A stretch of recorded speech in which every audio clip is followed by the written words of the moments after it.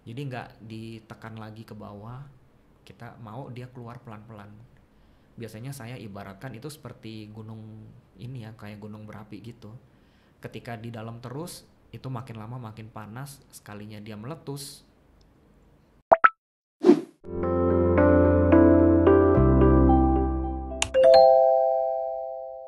Yang pertama kita harus kembangkan dulu itu awareness, kesadaran kita. Jadi gampangnya kalau kesadaran ini biasanya yang kita ajarkan, dia bedakan dulu pikirannya yang mana, perasaan yang mana. Jadi sering banget memang kalau kita temukan ya, kita tanya bagaimana perasaan kamu hari ini. Misalnya kita nanya gitu aja. Iya. Dia bilang, ya tadi sih aku mikir kenapa sih mama mesti ngelakuin ini sama aku. Kenapa mama suruh-suruh aku ke pasar padahal aku lagi mau kerjain tugas. Dia jawabnya gitu. Menurut Yotari itu pikiran atau perasaan? Kayak perasaan ya? Oh perasaan ya? Perasaan atau Yang pikiran? mana ya? Nah itu jawabannya pikiran. Kenapa bisa pikiran? Coba-coba. Karena tadi memang belum disebutkan dia perasaan itu yang mana. Dia belum sebut ketika dia merasa marah, ketika mamanya suruh kayak gitu. Oh, oke. Dia belum sampai ke sana sebutnya. Dia baru bermain dengan apa yang terjadi. Itu lebih ke arah pikiran, pengalamannya dia. Oke. Jadi memang kita harus bedakan dulu pikiran dan perasaan itu sendiri. Karena kalau kita mau ekspresikan si perasaan, tentunya kita mesti kenal dulu ya sama perasaan itu sendiri. Ketika perasaan senang muncul, perasaan senang tuh rasanya gimana sih? Oh rasanya kayak ada gairah yang baru gitu ya. Kita mau melakukan banyak hal, kita mau senang-senang, mau ketemu orang, misalnya kita ngerasa kayak gitu. Itu perasaan senang. Ketika marah, oh ternyata rasanya tuh nggak enak ya, di belakang sini aku tegang misalnya. Udah tegang, rasanya tuh kalau melihat orangnya pengen aku pukul misalnya kayak gitu. Nah itu semua perasaan-perasaan itu beda sensasinya. Apalagi kalau kita tadi juga ada kesebut tuh tentang fisik ya. Yang marah tadi ada yang tegang, atau mungkin yang cemas paling berasanya di mana? Jantungnya deg-degan gitu. Itu termasuk perasaan berarti ya kalau Mm-mm. fisik? Fisik itu penandanya. Oke. Mm-mm. Jadi kayak tadi cemas, yang muncul deg-degan misalnya. Orang yang tahu ngerasanya apa. Jadi kita belajar bedakan dulu pikiran, perasaan, dan sensasinya tadi. Dari situ kita baru bisa tuh, misalnya kita mau belajar mengungkapkan, ini yang biasanya kita bilang I statement. Saya merasa marah karena tadi kamu masuk ke ruangan saya, kamu nggak ketok pintu dulu. Jadi tolong next time kamu ketuk pintu dulu sebelum masuk. Itu I statement. Kita sebut saya, bukannya lu sih, nggak kayak gitu. Kita sebut dengan kata saya, perasaannya kita sebut, alasan kenapa kita merasa seperti itu kita sebut juga di dalam I statement, dan juga harapan kita apa. Itu yang penting. Jadi ketika kita merasa marah itu nggak ke-trigger lagi nanti, nggak muncul. Karena orangnya sama-sama mengembangkan toleransi ketika kita mengucapkan dengan I statement. Itu. Nah berikutnya juga ada nih, misalnya kalau tadi udah keburu jadi di dalam botol ibaratnya ya, perasaan ini masih bisa loh dikeluarin. Ini bisa lewat gambar misalnya, bisa juga lewat nyanyi yang seneng, bisa juga yang lebih senangnya mungkin dia bilang suaraku jelek, aku main musik aja, it's okay. Mau main musik silakan, atau sukanya nari boleh juga. Itu semua adalah media-media untuk ekspresi. Bahkan juga ada tuh yang menulis. Biasanya nih perempuan yang paling gampang nih kalau disuruh nulis diary itu semangat tuh. Nggak usah disuruh udah jalan. Karena ketika dia ibaratnya kalau kita ambil contoh yang menulis, perasaan itu dia walaupun nggak diungkapkan, nggak tulis saya marah gitu ya, dia bisa keluar dalam bentuk goresan-goresan. Setiap goresan yang ada di kertas itu adalah refleksi diri kita gitu. Jadinya ya bisa dibedakan ketika kita udah selesai nulis, kita pegang kertasnya, ada tuh tekanannya yang kuat banget, ada yang lemah gitu ya, di kata apa misalnya. Kalau terkait dengan gambar, mungkin dia keluarin dalam bentuk gambar, simbol, atau mungkin nuansa. Dia bikinnya abstrak, begitu kita lihat nggak tahu sih gambar apa, tapi kalau aku ngeliat kok aku ngerasanya sedih ya, itu nuansa. Kalau nyanyi mungkin itu dari kata-kata dia bisa keluar. Keunggulannya di situ memang kalau nyanyi ya. Iya. Dari kata-kata keluar, ekspresi kita bermain. Apalagi kalau yang sampai pakai tuh koreografi, sambil gerak nyanyinya, itu bakal beda banget. Bahkan ada juga fenomena tuh orang melakukan ekspresi ini, dia bisa sampai nangis sendiri. Simpelnya ketika nyanyi tentang ayah gitu ya, Nah, dia bisa nangis sendiri ketika dia ingat, begitu dia ucapkan liriknya, dia keinget pengalaman dia. Berarti itu dikeluarkan kan ya? Itu prosesnya adalah mengeluarkan ekspresi. Gitu. Jadi ketika kita mau keluarkan, artinya ya pelan-pelan itu kita merasa siap untuk menerima perasaan itu kembali. Jadi nggak ditekan lagi ke bawah, kita mau dia keluar pelan-pelan. Biasanya saya ibaratkan itu seperti gunung ini ya, kayak gunung berapi gitu. Ketika di dalam terus, itu makin lama makin panas, sekalinya dia meletus. Kacau. Tetapi ketika kita coba, dari gunung itu kita buat deh lubang sedikit-sedikit gitu ya, di sampingnya, di atasnya gitu, dia bisa keluar pelan-pelan. Yang meledak tadi itu nggak terjadi, dia bisa keluar pelan-pelan, orang pun bisa terima perasaannya. Jadi gitu. Yang paling penting tadi pertama harus disadari dulu berarti ya, bahwa ini pikiran atau perasaan itu nggak boleh deny intinya. Iya. Nggak boleh deny, harus disadari, harus diakui gitu. Yang kedua tadi berarti mengeluarkan. Bisa kita keluarin dalam bentuk seni, gambar. Kalau saya pribadi melalui musik gitu, berekspresinya untuk mengeluarkan perasaan-perasaan itu tadi. Gitu. Kalau orang yang nggak bisa seni gimana dong?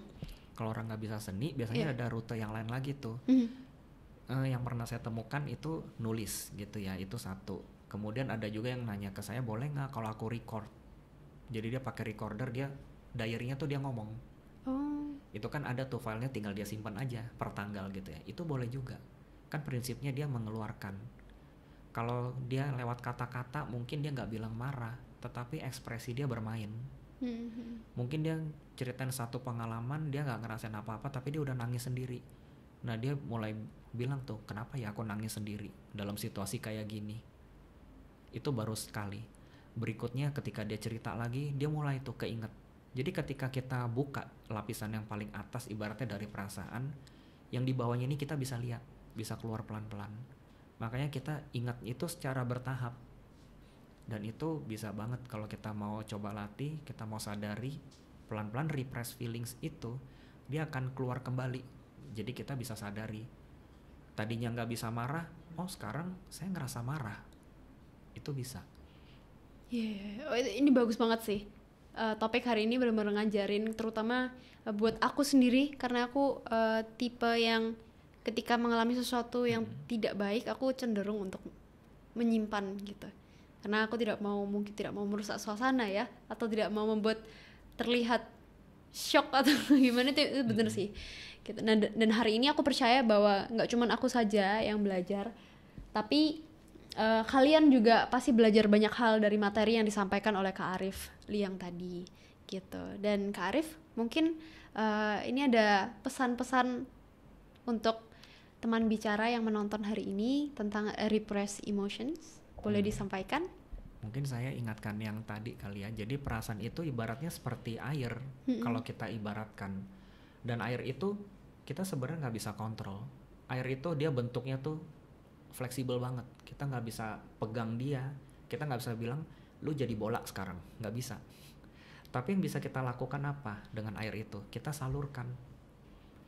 Entah kita pasang selang di keran, airnya bisa keluar lewat selang. Tetapi kalau kita biarin, kita putar kerannya gitu aja, dia keluarnya nggak beraturan. Gitu. Jadi perasaan kita sendiri sama seperti itu, kita butuh media ekspresi. Ada banyak sebetulnya, entah menulis, entah seperti Otari tadi senangnya nyanyi gitu ya. Kalau saya sih pribadi gambar gitu ya, kebetulan kita beda nih, jadi menarik banget. Ada gambar, ada musik gitu. Mungkin teman-teman juga ada tuh misalnya menari, atau ada yang senangnya ketika dia lagi stres, maunya sport, main basket, dribble. Itu salah satu ini ya berarti tempat bisa mengeluarkan ya. Iya. Sport, game? Kalau game sebenarnya bisa ya, tapi kalau saya sih biasanya nggak terlalu rekomendasikan, karena contoh deh kalau kita angkat topik sedikit aja ya, kalau kita ngomongin MOBA deh. Oke, I like it. Nah, itu mainnya sih enak. Ketika kita mau kejar-kejar orangnya, mau abisin base-nya orang gitu ya. Nah, masalahnya Yotari lagi main, tiba-tiba saya ketik toxic. Bagaimana perasaan kita dalam situasi seperti itu? Itu yang perlu kita waspadai. Jadi kalau mau main yang seperti itu, biasa saya bilang fitur chatnya bisa kan kamu matiin. Bukannya tujuannya kamu nggak mau ngomong atau apa, tapi ini demi kesehatan kamu, demi kebaikan kamu gitu. Kalau untuk anak-anak juga bisa. Medianya tadi udah kesebut tuh, ada nyanyi, ada gambar, main game.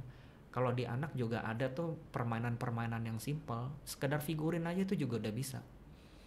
Ada sandplay mungkin, main pasir, itu bisa, prakarya, banyak. Bagus banget ya hari ini. Intinya harus dikeluarkan ya. Iya. Tidak boleh dipendam.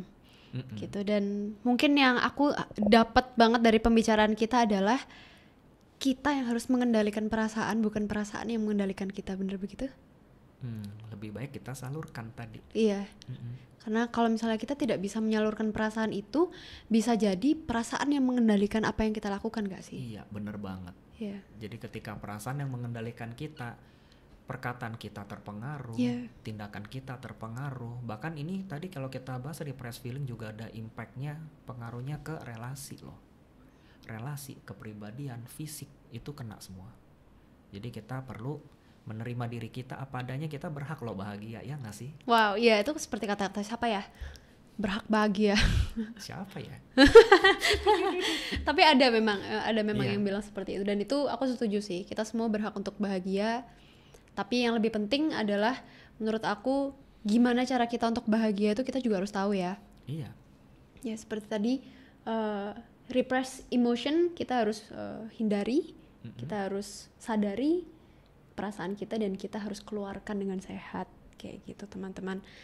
Ada lagi yang mau disampaikan mungkin Kak Arif? Mungkin kalau hari ini cukup sampai situ kalau dari saya ya. Mungkin kapan-kapan boleh. Kapan-kapan main lagi ke sini ya, kita ngomong topik Oke. yang lain, tapi untuk topik repress emotion hari ini bagus banget. Terima kasih Kak Arif buat waktunya, terima kasih juga buat semua materinya dan ilmunya. Semoga dibicarakan ID betah dan semakin banyak orang yang percaya sama Kak Arif untuk cerita ke Kak Arif. Oke, sama-sama Yotari, terima kasih juga ya. Terima buat kasih. kesempatannya. Iya, dan buat teman-teman bicarakan, jangan lupa untuk selalu engage with us dengan cara subscribe, like, comment, dan share ke teman-teman kalian. Karena kami yakin bahwa konten ini akan sangat bermanfaat dan akan membuat kesehatan mental kalian menjadi optimal. Karena harapan selalu ada untuk kalian yang mau berusaha. Terima kasih dan see you!